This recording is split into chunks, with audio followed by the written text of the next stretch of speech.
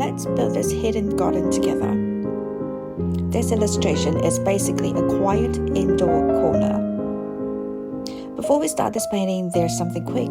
I want to show you the illustration is available as a wallpaper and also as a coloring line art. You can download it on my Ko-fi and color it yourself if you want.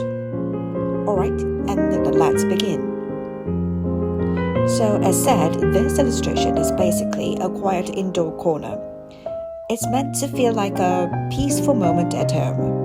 There are flowers, plants, bugs, small decorations, and a girl resting on a couch with the fox. Almost like a tiny indoor garden, slowly growing inside the room. The canvas for this piece is actually quite large. It's 8,000 by 6,000 pixels, so that allows me to add many small details. And because there are so many elements, the composition has to be built step by step. I usually start with the background shapes first. In the upper left corner, there's a card. Even though it's technically part of the background, it helps divide the space of the room. So I sketch it using a softer gray line. I don't want it to dominate the scene yet, so the color stays light and quiet. Then I add thinner lines to create the metal texture. Those lines are slightly uneven. That makes the cards feel like real metal instead of a perfectly smooth object. After that, I move on to the two large peonies bouquet. Peonies are great for layering. Instead of outlining every single petal, I build them using soft strokes. Layer by layer, the petals start to feel fuller. Sometimes I push the color outward, almost like spreading paint with my brush. That helps the petals feel soft and slightly transparent. I want the flowers to feel abundant, almost like they're overflowing from the vase. Next to the peonies, there are white orchids. Orchids are interesting because of their patterns. So here I spent some time painting the small spots on the petals. Those dots are important. They make the orchids recognizable, even though they are quite small in the scene.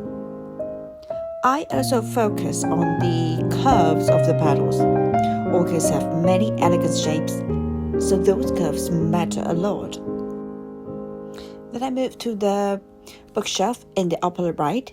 There are several plants there, and each one looks different. One has thin long leaves, another one has large leaves with gray-green spots. There is also a plant with purple veins running through the leaves, and another small curled plant sitting directly on the shelf. Instead of drawing every leaf perfectly, I try to capture the personality of each plant.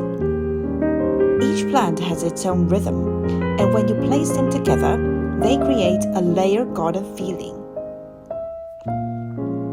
Behind the plants, there are bugs. This part is actually really fun. I invent small bugs titles and different spine design. Some are simple, some have patterns, even though there are tiny details that make the bookshelf feel more real. It turns the shelf into something that feels lived in. Then we move to the center of the illustration. There's a girl resting on the couch, and he's holding a fox.